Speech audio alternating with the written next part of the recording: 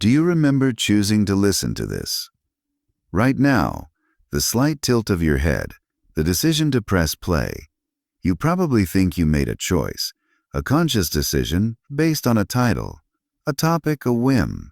But let me ask you a different question, a stranger one. What if the moment you decided to listen was decided for you hours, days, or even years ago? What if the path you believe you are walking was paved while you weren't looking? There is an architect of your reality, and you have never seen their face. We live inside a persistent, comforting illusion, the illusion of the chooser. We believe we are the authors of our actions, the captains of our little ships. You wake up and choose coffee over tea. You choose the highway over the side streets. You choose one brand over another, one idea over its opposite, one life path over the countless others that stretch out behind you like forked roads in a mist. It feels like free will. It feels like you. But beneath the surface of your awareness, in the deep, dark water where the light doesn't reach, something else is steering. Science calls it the subconscious. It's the part of your mind that processes 11 million bits of information per second, while your conscious thought, your you, can only handle about 50. That's the chasm where persuasion lives. That's the gap where you lose yourself. Think about the last time you walked through a supermarket. Just a casual trip. You grab a basket, you walk the aisles, you pick up a jar of pasta sauce. Now, why that one? Was it the taste? You haven't tried it. Was it the price? You didn't compare it to the one on the shelf below. Was it a childhood memory? Perhaps. But more likely, it was the color of the label, the font, the fact that it was at your eye level, not on the bottom shelf, the subtle vanilla-scented air being pumped into the store to make you feel relaxed and at home, the slow looping music designed to slow your pace so you have more time to choose. But you didn't choose the jam. The environment chose it for you. This is the first crack in the mirror. The realization that your preferences are not born but built. They are assembled piece by piece by a world that profits from your predictability. So here we are, at the beginning of a difficult conversation, because before you can learn to influence others, before you can even hope to be a credible force in the world, you must first face the terrifying truth. You are, and have always been, incredibly easy to influence. You are a sponge in an ocean, and you don't even know you're wet. Let's go deeper. Let's look at the mechanism. There is a principle in psychology known as priming. It's the idea that a single stimulus can shape your response to the next stimulus without you knowing it. It's a ghost in the machine. Imagine you are sitting at a desk. I hand you a clipboard with a piece of paper. On that paper, I ask you to complete a series of word fragments. For example, you see the letters SP. You fill in the blank. You might write soap, or slip, or step. It seems random. It seems like you. Then 5 minutes later, we have a completely different conversation. We talk about politics, or movies, or what you want for dinner. And I ask you to choose a beverage. You say you'd like a soda, a Coke. You think you chose Coke because you were thirsty. You think you chose it because it's your favorite. But here's the secret I didn't tell you. If, on that first clipboard, the word fragments you solved were biased toward words related to age, like old, wise, retired, you will walk to that drink cooler slower.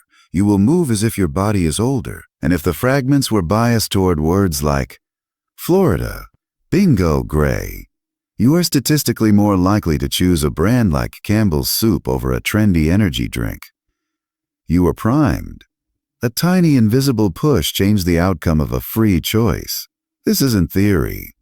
This is the architecture of your daily life. It's in the news headlines you read before breakfast, setting your emotional temperature for the day. It's in the way a car salesman offers you the bad deal first, so the second deal, the one he actually wants you to take, feels like a relief. It's in the way a conversation starts, shaping where it ends. Now, consider the ethics of this. If a marketer does this to sell you a soda, we call it advertising. If a friend does this to get you to agree to a plan you didn't really want, we call it persuasion. But if you do it to yourself, if you prime your own mind for success or for failure, we call it destiny. The dark truth is that this mechanism has no moral compass. It is a tool, and like any tool, it can be used to build a cathedral or to pick a lock. The scariest part? It's being used on you right now. The rhythm of my voice, the pauses, the questions, they are not random. They are designed to lower your resistance, to open a door in your mind so that the idea can walk in and make itself at home. Let me tell you a story, a true one. There was a study done with a group of students. They were asked to sit in a room and wait for an experiment to begin. While they waited, they were given a reading comprehension test. It was just a series of random sentences they had to unscramble. For half the students, the sentences contained words like aggressively, rude, bother, intrude. For the other half, the words were considerate, polite, sensitive, respect.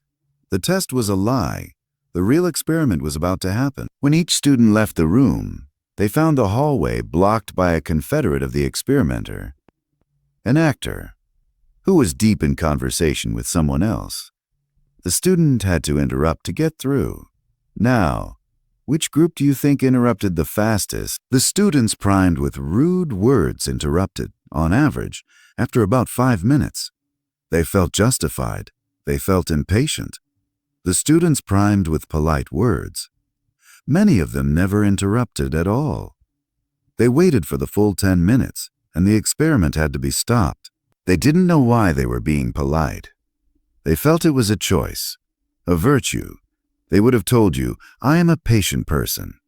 I respect others, but it was just words on a page 5 minutes earlier, whispering to their subconscious. Who are you really? If a list of words can change your behavior that dramatically, where is the solid you that remains constant? The answer is uncomfortable. The you know is more of a weather system than a mountain. It shifts with the atmospheric pressure of your environment. Think about your own life. Think about a time you made a decision you later regretted, a relationship you entered, a purchase you made, a belief you adopted. In the aftermath, you probably blamed yourself. You said, I was weak or I was foolish. But what if you weren't weak? What if you were just influenced? What if the decision was never really yours to make?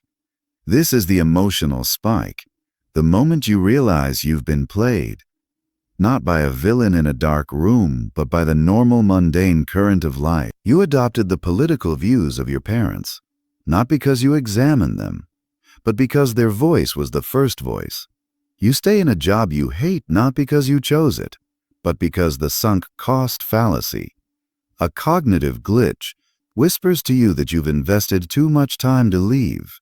You love a certain song, not because it's objectively good, but because it was playing the first time you fell in love, and your brain fused the emotion to the melody forever. You are a walking library of these invisible imprints, and someone is always checking out the books. So let's reframe everything. If 95% of your decisions are subconscious, if your mind is running on autopilot while you sit in the cockpit pretending to fly, then the question is no longer, what do I want? The question becomes, who programmed the autopilot? The answer is complex. It's culture. It's media. It's the architecture of your city. It's the expectations of your family. It's the 1,000 tiny hands that have reached into the river of your mind and gently, imperceptibly redirected the flow.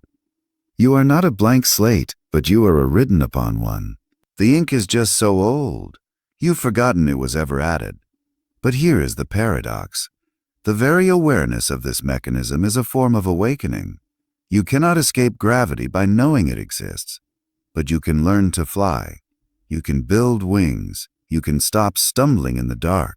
The open loop from the beginning, the question of why you chose to listen, is almost ready to close. You might have thought you clicked because you were curious, because the title caught your eye. But the truth is, you were ready for this message. Something in your life, some recent event, some quiet doubt, some feeling of being out of control. That was the primer. That was the key that turned the lock. You didn't find this episode, it found you. Because you were searching, consciously or not, for an explanation, for a way out.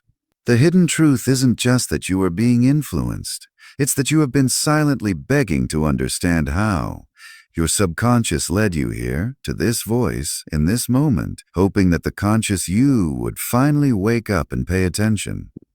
The architect of your reality is you.